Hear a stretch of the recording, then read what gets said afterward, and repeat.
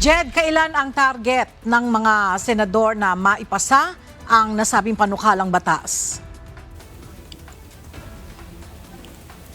Ella, ayon kay Senate Committee on Ways and Means at Committee on Energy Chairperson Senator Pia Cayetano, bilang ang nasabing panukala ay isang urgent measure, tinatarget nila itong matapos bago ang huling araw o ang adjournment ng session bukas. Ngunit nauna nang ipinahayag ni Senate President Vicente Tito Soto III na kung hindi nila ito matapos ay handa siyang humiling sa Pangulo ng isang special session para maipasa ang nasabing panukala.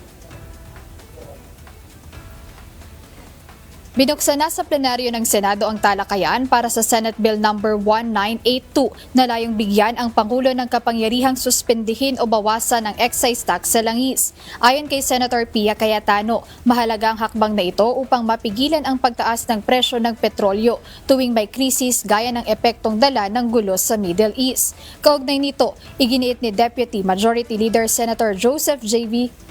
Ejercito ang pagkakaroon ng isang automatic mechanism sa pagsususpende ng buwis dahil mas matimbang para sa kanya ang agarang ginhawa ng mga Pilipino kaysa sa mawawalang kita ng gobyerno. Ayon sa senador, dapat maglatag ng isang safety net na kusang gumagana ng hindi na nangangailangan ng mahabang debate habang naghihirap at naghihintay ng solusyon ang taong bayan.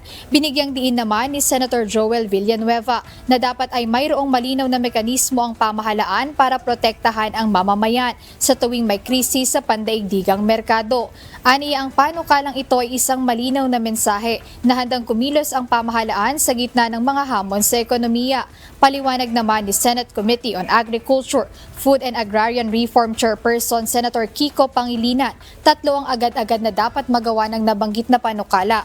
Una ay pagaanin ang pasanin ng mga kapos na magsasaka at mangingisda. Sunod ay patatagin ng supply at presyo ng pagkain at bigyan ng sapat na paghinga at tamang insentibo ang sistema upang maitatag ang isang pambansang ekonomiyang mas sustainable at mas efficient.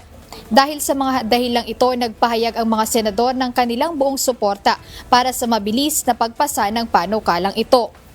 Ella, ayon kay Senate Majority Leader Senator Juan Miguel Zubiri, itatala o nakatala ito bilang pangunahing prioridad sa sesyon mamayang hapon, kung saan kasama rin na inaasahang matalakay sa sesyon ay yung sinertify as urgent ni Pangulong Ferdinand Marcos Jr. na pag-amyenda naman sa Biofuels Act of 2006. Ayan muna update mula rito sa Senado. Balik sa inyo, Ella. Maraming salamat, Jed Naresina.